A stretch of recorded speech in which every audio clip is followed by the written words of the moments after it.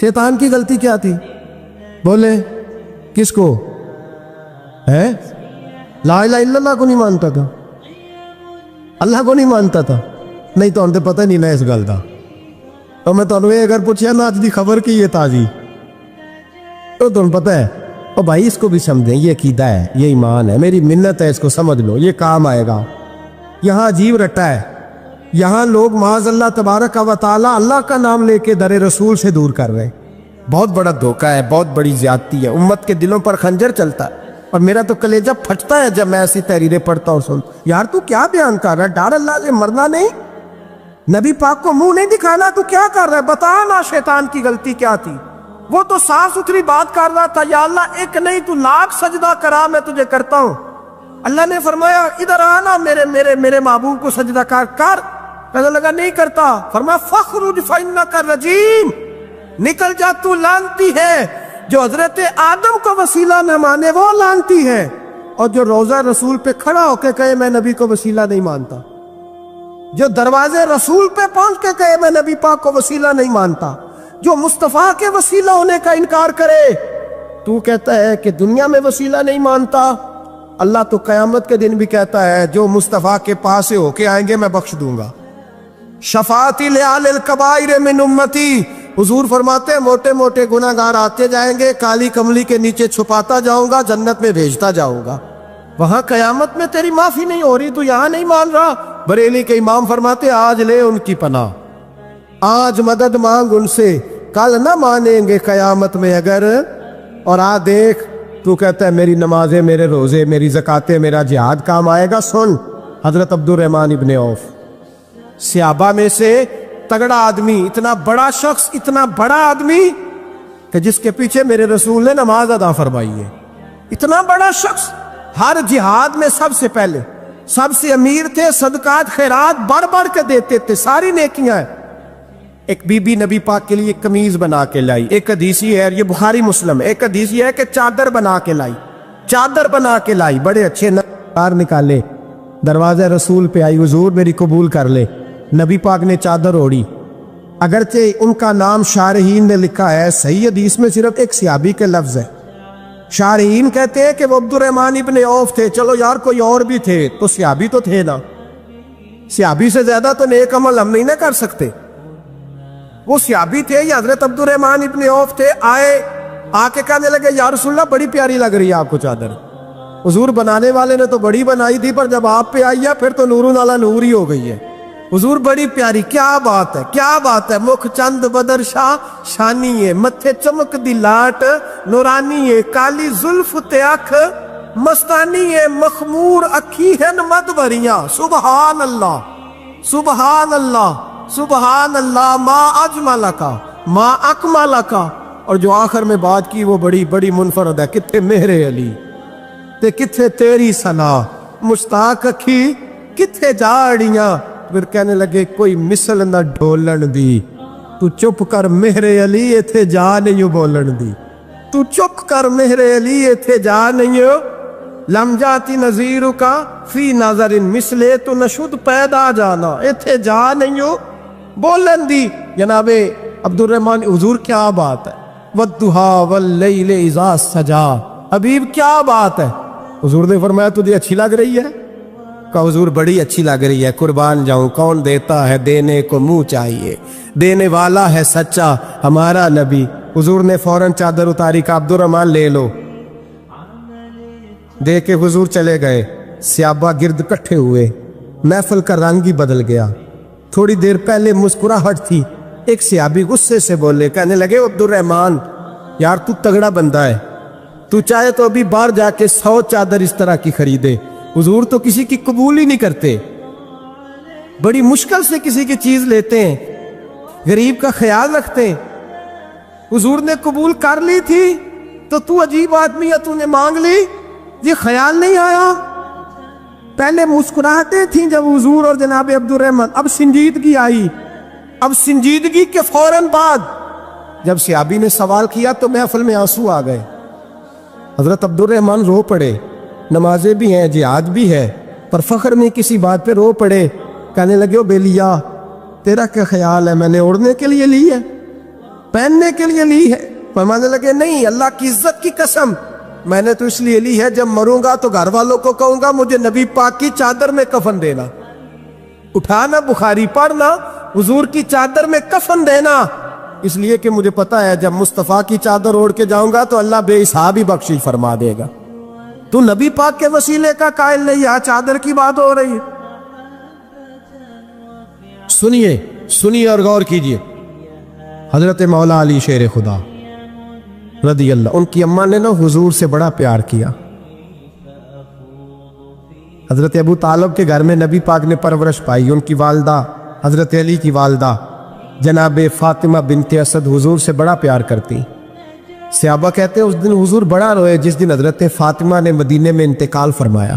فاطمہ بنت اسد جناب علی کی والدہ فرماتے ہیں جب خبر ملی کہ حضرت علی کی والدہ وصال کر گئے تو حضور رونے لگے، فرمایا وہ علی کی نہیں، وہ تو میری ماں تھی، میری اماں تھی۔ امام ابو نعیم نے لکھا ہے، کہتے ہیں حضور نے فرمایا جب میری اماں کو غسل دینے لگو نا، کفن پہنانے سے پہلے مجھ سے پوچھ لینا۔ صحابہ کہتے ہیں کفن دینے سے پہلے عورتیں آئیں، حضور کیا کرنا ہے؟ نبی پاک اندر گئے، جو قمیض پہنی ہوئی تھی وہ اتار کے دی، اور میں چٹے رنگ کا سفید رنگ کا کفن نہ دینا، میرا کرتا پہناؤ میری اماں کو۔ حضور نے کفن دیا۔ حضرت ابو ذر غفاری فرماتے ہیں جب جنازہ پڑھ لیا نا تو نبی پاک فرمانے لگے قبر صحیح بنائی ہے تم نے؟ حضور صحیح بنائی ہے؟ فرمایا نہیں، لگتا نہیں۔ فرماتے ہیں یہ کہتے کہتے میرے نبی قبر میں اتر گئے، میری آنکھیں برس پڑیں، میں نے کہا علی کی اماں رب تجھ سے کیا حساب لے گا، ساری رحمتیں تو پہلی تیری قبر میں آ گئی۔ عشق سرکار کی ایک شمع جلا لو دل میں، بعد مرنے کے قبر میں بھی اجالا ہوگا۔ نبی پاک قبر میں لیٹے پھر بیٹھے، فرمایا صحیح ہے قبر۔ پھر میرے نبی پاک نے دفن کیا ان کو، پھر دیر تک دعا کرتے رہے اور رو کے فرمانے لگے اے اللہ اپنے نبیوں کے وسیلے سے اور میرے وسیلے سے میری اماں کی قبر روشن کر دے۔ حضرت ابو ذر فرماتے ہیں کسی کا دل نہیں کرتا اس کی ماں مرے، آج میرا دل کرتا تھا کاش میری مر جاتی، یہ فضیلت میری اماں کو نصیب ہوتی۔ سیدنا ابو ذر فرماتے جب حضور رخصت ہونے لگے تو میں قریب گیا، میں نے کہا حبیبہ ذرا یہ رنگ مجھے بھی سمجھائیں، تو حضور نے فرمایا میں نے اپنا کرتا اس لیے پہنایا ہے کہ جب میرا کرتا فاطمہ بنت اسد کو پہنایا جائے گا تو اس کے توسل سے اللہ انہیں جنت کا جوڑا عطا فرمائے گا، اور قبر میں اس لیے اترا ہوں کہ جب میں قبر میں اترا ہوں تو اب میری اماں کی قبر تنگ نہیں ہوگی بلکہ اللہ میری برکت سے کشادگی عطا فرما دے گا۔ پس مردن فرشتوں نے جو تلاشی لی تو کیا نکلا، فقط ایک دل کے گوشے سے خیال مصطفیٰ نکلا، اور میاں صاحب تو تڑپ اٹھے، کہنے لگے قبر میری تے میرے اپیرا جے کر پاویں پھیرا، قبر میری تے۔ چلو زندگی میں بھی دعا رہی، زندگی میں بھی دعا رہی کہ تو آئے، میں کو جیتے میرا دل بر سونا، کیوں کر اس نو بھاواں او ویڑے میرے وڑدا ناہی، میں پئی لکھ وسیلے پاواں، میں نے زندگی میں بھی کہا وہ نہیں آیا، کی سی جے درد بن کے آ جاتو، نہیں آیا۔ میاں صاحب کہتے ہیں میری قبر میں بھی یہ دعا رہی، قبر میری تے میرے اب پیرا جو کر پاویں پھیرا، قبر میری تے میرے اب پیرا جے کر پاویں پھیرا، قبر دے وچوں ہڈیاں اٹھ کے مجرا کر سن تیرا، تو آ تو صحیح۔ میرے رسول پاک سید عالم صلی اللہ علیہ وسلم خود قبر میں لیٹ گئے۔ او بھائی یہ وسیلہ اتنا پیارا، یہ وسیلہ حضرت ابو ذر